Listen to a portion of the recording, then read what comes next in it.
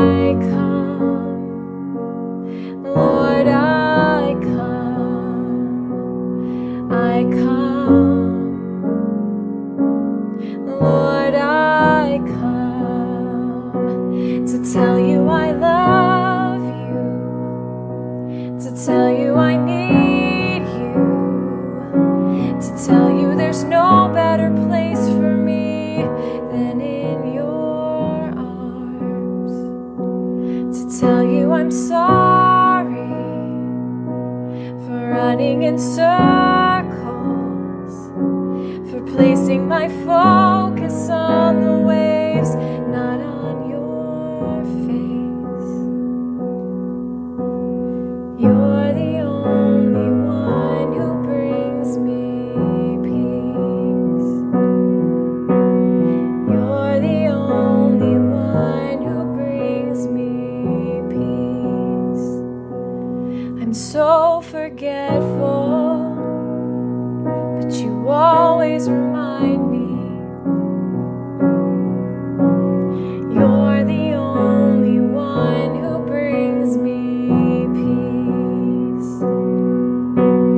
You're the only one who brings me peace. So I come, Lord, I come, I come, Lord, I come to tell you I love you, to tell you I need you, to tell you there's no better place for me than in your arms, to tell you I'm sorry for running in circles, for placing my focus on the waves, not on your face. You're the only one who brings me peace. You're the only one who brings me peace in the storm.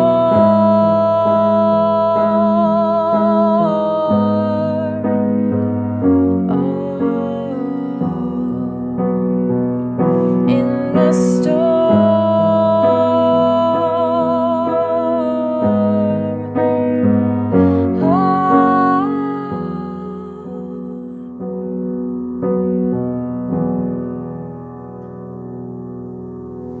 I'm so forgetful, but you always remind me.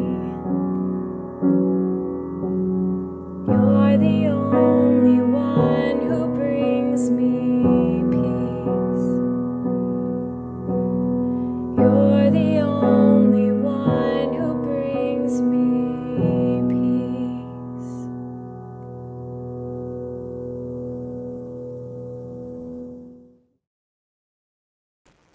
Hey, Firmly Rooted, good morning. Welcome to Strengthening Our Roots. It is Thursday morning, and I looked at the weather. It looks like Oxford, you guys are getting some snow this morning.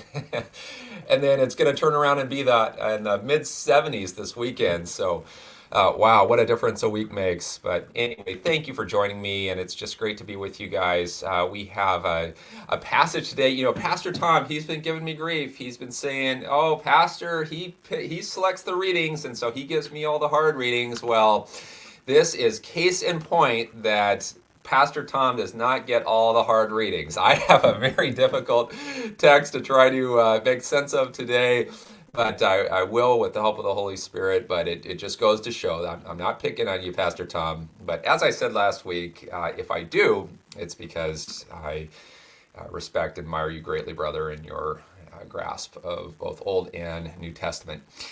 Let's look at who is on today. Good morning, Pamela C. Good morning. Oh, there he is. So I got to really step up now. Good morning, Pastor. Good morning, Bert. Good morning, Olivia Thompson. Good morning, Vivian Davis. And he's cracking up. Okay, love you. Love you too.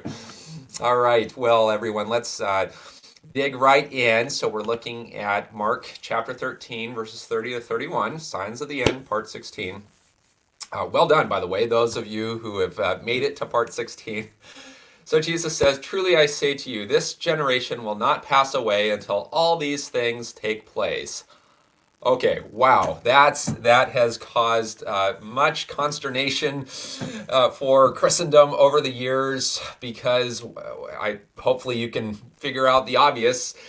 The generation that was being written to right then and that Jesus was speaking to obviously has passed away. Okay. All of these things. What are all of these things? Well, of course, the tribulation, all right? All of the woes that are going to be coming upon the judgments upon the earth, all of those things that we are expecting to come preceding Christ's return, all right? The end of the end, all of that, he apparently is saying now, uh, this generation is going to see all of that. This generation, meaning these first century disciples, Christians. Okay, so what on earth do we do with that? All right, so here is my best attempt at making sense of this. And there are a myriad of different sort of interpretations. I won't get into all those. I'll just go with what we don't have time, but I will go with what seems to make sense to me. When you look at the Greek, here's where it's really helpful to look at the Greek. And by the way, you can get the Greek online. I have an app. It's called Bible Hub. There's also Blue Letter Bible. And it's really awesome, you guys. It gives you can go to the interlinear, and it gives you the actual Greek for the words right next to the English. So you don't have to even know Greek, but let's get into a little bit of the grammar here. All right, so here we go. Let's look at the verb will not pass away. Okay, so will not pass away. It's kind of a fancy grammatical verb structure here. It is, well, let's just see if we can figure it out just from our knowledge of English grammar, okay? What would you think will not pass away is? Is that present tense? Is it future? Is it past tense?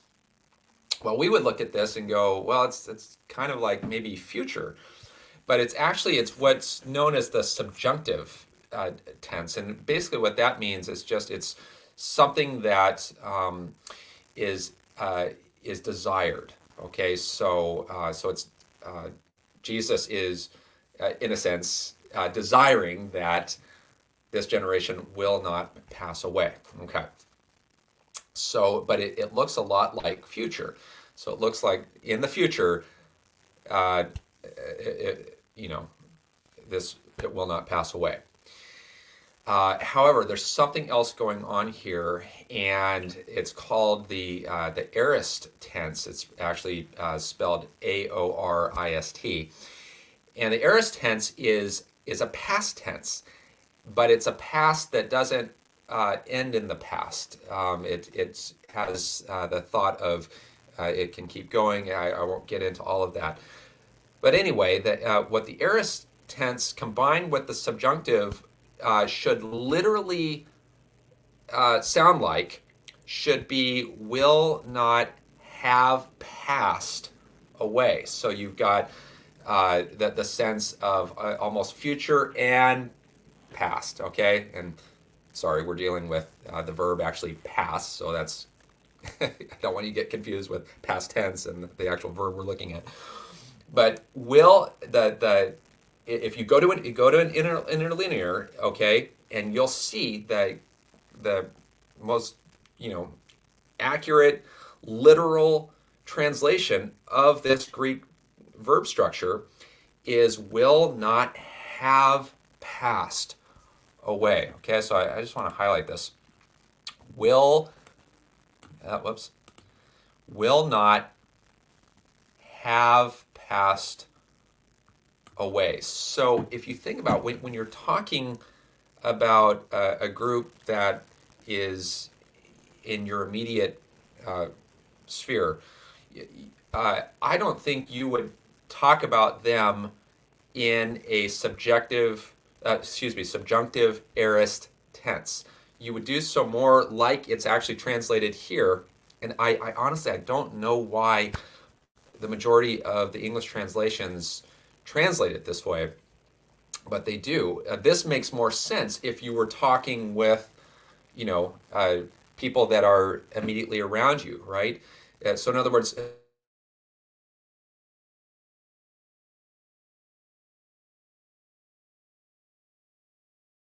these things take place. Sorry, my internet connection is kind of spotty. So if I lose you for just a second, that's why. I'm sorry. I'm not sure what's going on. Lord, please correct that. But if I were to say, you will not have passed away, that wouldn't make as much sense, would it?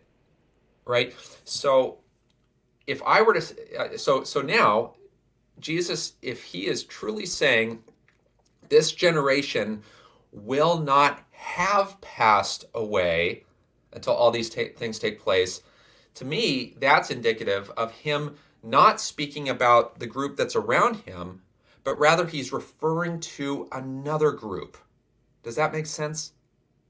In other words, another group in the future, right, will not have passed because they're in the future, and so that's where then the aorist, the past, that past tense comes into place, right?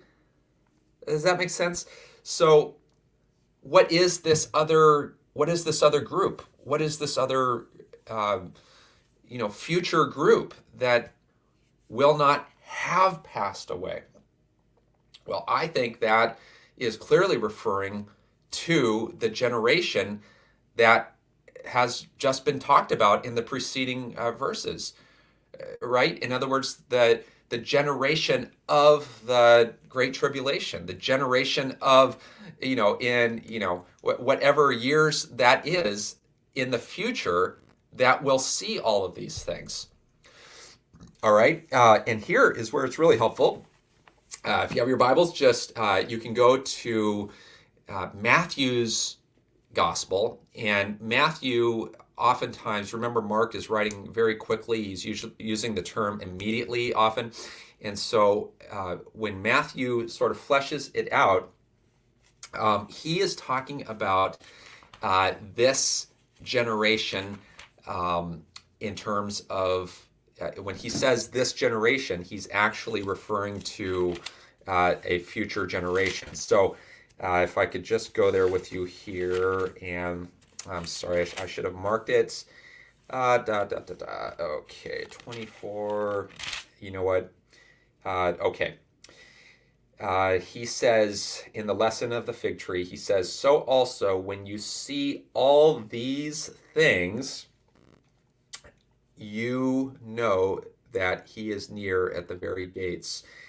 So he's saying these things, or, we would have sort of the equivalency here of this, these and this, okay, sort of referring to the same thing. So I hope that's helpful to you all to just see that we don't have to be intimidated by what doesn't make sense to us. And on the initial reading, I remember in college I had a Bible. This was before the Lord visited me in that dream and brought me back to faith in him.